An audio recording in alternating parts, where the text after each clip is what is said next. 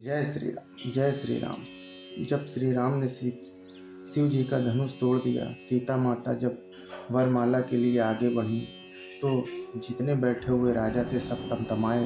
उन्होंने कहा, श्री राम लक्ष्मण को पकड़ लो, राजा जनक को भी बंदी बना लो, ये सीता ऐसे कैसे जा सकती हैं।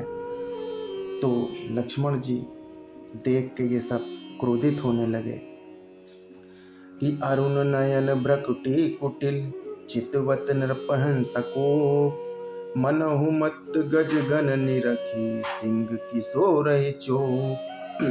उनके नेत्र लाल और भौएं टेढ़ी हो गईं। वे क्रोध से राजाओं की ओर देखने लगे, मानो मतवाले हाथियों का झुंड देखकर सिंह के बच्चे को जोश आ गया हो।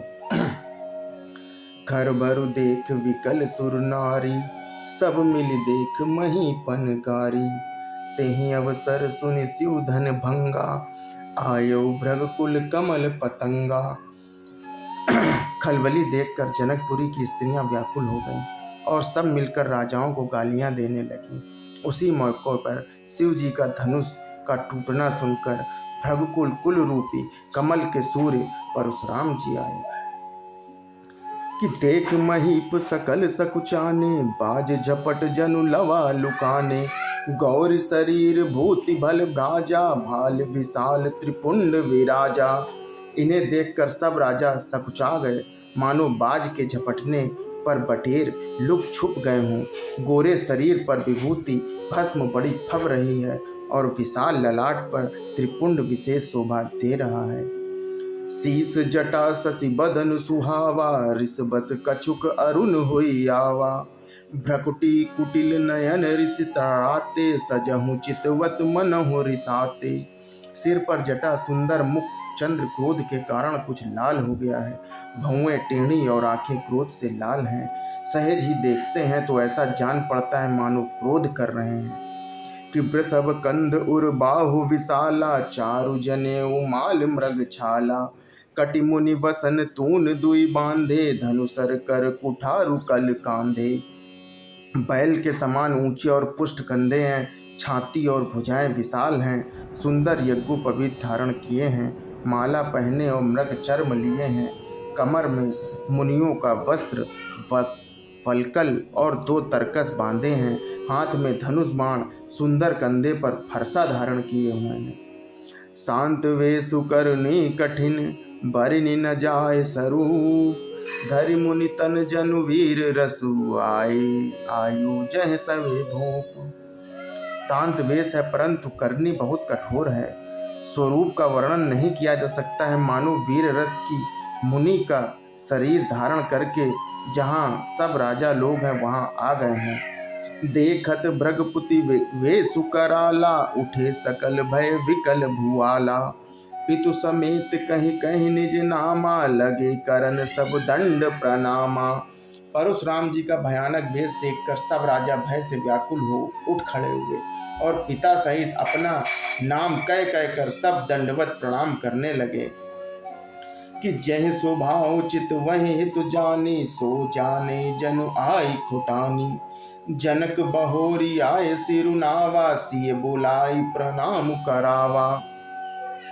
परशुराम जी हित समझकर भी सहज ही जिसकी ओर देख लेते हैं वह समझता है मानो मेरी आयु पूरी हो गई। फिर जनक जी ने आकर सिर नवाया और सीता जी को बुलाकर प्रणाम कराया कि आशीष दीन सखी हर सानी, निज समाज लय गए सयानी। विश्वामित्र मिले पुनि आई, पद सरोज में ले 2 भाई। परशुराम जी ने सीता जी को आशीर्वाद दिया। सखियां हर्षित हुईं और वहां अब अधिक देर ठहरना ठीक न समझकर वे सयानी सखियां उनको अपनी मंडली में ले गईं।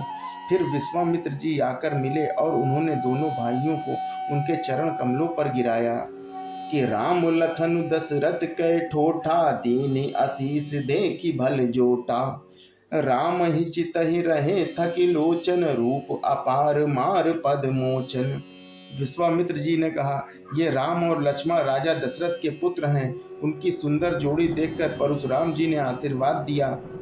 कामदेव के भी मद को छुड़ाने वाले श्री रामचंद्र जी के अपार रूप को देखकर उनके नेत्र स्तंभित हो रहे हैं कि बहुर विलो की विदेह सन कहूँ का अति भीर पूछत जानी अजान जिमु व्यापो को शरीर। फिर सब देखकर जानते हुए भी अनजान की तरह जनक जी से पूछते हैं कि कहो यह बड़ी भारी भीड़ कैसी है। उनके शरीर में क्रोध छा गया कि समाचार कही जनक सुनाए जेह कारण महीप सब आए। सुनत वचन फिर अनत निहारे देखें चाप खंड मही डारे। जिस कारण सब राजा आए थे राजा जनक ने वे सब समाचार कह सुनाए। जनक जी के वचन सुनकर परशुराम जी फिर कर दूसरी ओर देखा तो धनुष के टुकड़े पृथ्वी पर पड़े हुए दिखाई दिए कि अति ऋष बोले वचन कठोरा कहो जड़ जनक धनुष कह तोड़ा। बेग दिखाओ मोड़ नाता आजू उल्टऊ मही मह जह लय तब राजू। अत्यंत क्रोध में भरकर वे कठोर वचन बोले कि रे मूर्ख जनक बता धनुष किसने तोड़ा है, उसे शीघ्र दिखा, नहीं तो रे मूढ़ आज मैं जहाँ तक तेरा राज्य वहाँ तक की पृथ्वी पलट दूंगा। जय श्री राम, जय श्री राम।